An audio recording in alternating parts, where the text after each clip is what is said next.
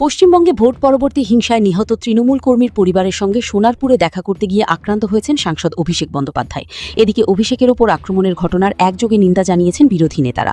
যেভাবে তার উপর হামলা চালানো হয়েছে শনিবার, তাকে পরিকল্পিত খুনের চেষ্টা বলে দাবি সমাজবাদী পার্টির প্রধান অখিলেশ যাদবের। অন্যদিকে যেভাবে টানা 1.5 ঘণ্টা পুলিশকে ধারে কাছেও দেখা যায়নি, তাতে বিজেপির প্রতিহিংসার রাজনীতির অভিযোগে সরব কংগ্রেসের সর্বভারতীয় সভাপতি মল্লিকার্জুন খার্গে। এদিকে সোনারপুরে নজিরবিহীন হামলার সাক্ষী তৃণমূল সর্বভারতীয় সাধারণ সম্পাদক অভিষেক বন্দ্যোপাধ্যায়। সেই ঘটনায় যেভাবে সাংসদকে ঘিরে মারধর করে চশমা ঘুড়ি ছিঁড়ে দেওয়া হয়, তাতে প্রতিক্রিয়া গোটা দেশ জুড়ে। সমাজবাদী পার্টির প্রধান অখিলেশ যাদব দাবি করেন, তৃণমূল কংগ্রেসের গুরুত্বপূর্ণ নেতা অভিষেক বন্দ্যোপাধ্যায়ের ওপর পরিকল্পনা মাফিক হামলা চালিয়ে বাংলার নৈরাজ্যের শাসক বিজেপি প্রমাণ করে দিল যে বিজেপি শুধুমাত্র ঘৃণার, হিংসার, নেতিবাচক রাজনীতি করতেই সক্ষম। এই স্পর্শকাতর সময় পুলিশের অনুপস্থিতি একটা গভীর ষড়যন্ত্রের ইঙ্গিত দিচ্ছে। যেভাবে ঘোষিত কর্মসূচিতে গিয়ে আক্রান্ত দেশের একজন সাংসদ, তা নিয়ে সরব কংগ্রেস রাষ্ট্রীয় সভাপতি মল্লিকার্জুন খার্গে। একই সঙ্গে বর্ষিয়ান কংগ্রেস নেতা পুলিশ ও বিজেপির দিকে তোপ দেগে বলেন, রাজ্যে ভোট পরবর্তী হিংসায় আহত পরিবারের সঙ্গে সোনারপুরে দেখা করতে গিয়ে যে জঘন্য ও অপ্রত্যাশিতভাবে আক্রান্ত হলেন অভিষেক বন্দ্যোপাধ্যায়, তার তীব্র নিন্দা করি। একজন গুরুত্বপূর্ণ বিরোধী সাংসদের জন্য যেভাবে ইচ্ছাকৃতভাবে পুলিশের অনুপস্থিতি দেখা গিয়েছে, তা বিজেপির প্রতিহিংসা ও নিপীড়নের রাজনীতি পরিমাণকেই স্পষ্ট করে দেয়। জানি না, আমি বলতে পারবো না, বাট নিরাপত্তা তুলে নিয়ে তাকে মবের সামনে পরিকল্পিতভাবে সংগঠিত যে মব, সাধারণ মানুষ এক জিনিস, আর রাজনৈতিকভাবে সংগঠিত কোনো, আরে কি করছেন আপনারা, কথা বলছেন কেন?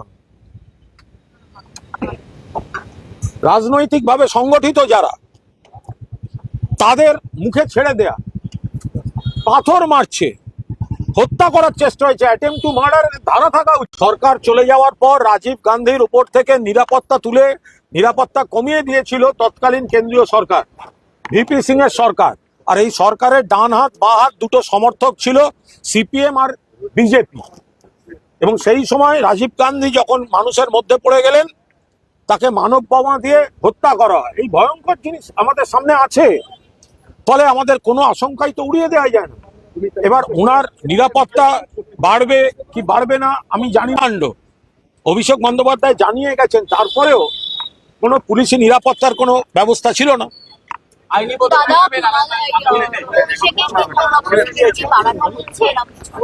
এটা এই জন্য এখনো এর উত্তর দেওয়ার কোনো সময় আসেনি এবং সেটা আমাদের হাতে না।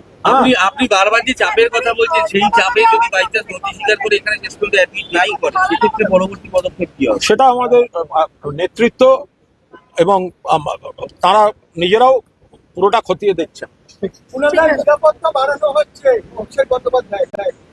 নিরাপত্তা কমানো হয়েছিল কেন, সেটাই তো প্রশ্ন। অভিষেক বন্দ্যোপাধ্যায়ের নিরাপত্তা কমানোর সুযোগ নিয়ে আজকের হামলাটা হয়েছে। আমাদের দেশে একটা খুব ভয়ঙ্কর নিদর্শন আছে, দেখবেন সেখানে যথাযথভাবে যা যা ভিডিওয়ে যা যা ফুটেজ আছে এবং পরিচিত বিজেপির মুখ পাওয়া যাচ্ছে, সেগুলি যথাযথভাবে চিহ্নিত থাকবে। আমি এইটুকু বলছি, সারা ভারতবর্ষ থেকে যারা ইন্ডিয়া জোটে আছেন বা ইন্ডিয়া প্ল্যাটফর্মে আছেন, বিভিন্ন জাতীয় স্তরের নেতারা, তারা খোঁজ নিয়েছেন এবং তারা দ্রুত আরোগ্য কামনা করে তাদের বার্তা পাঠিয়েছেন। যে সিচুয়েশন, তাতে যদি এখানে অ্যাডমিট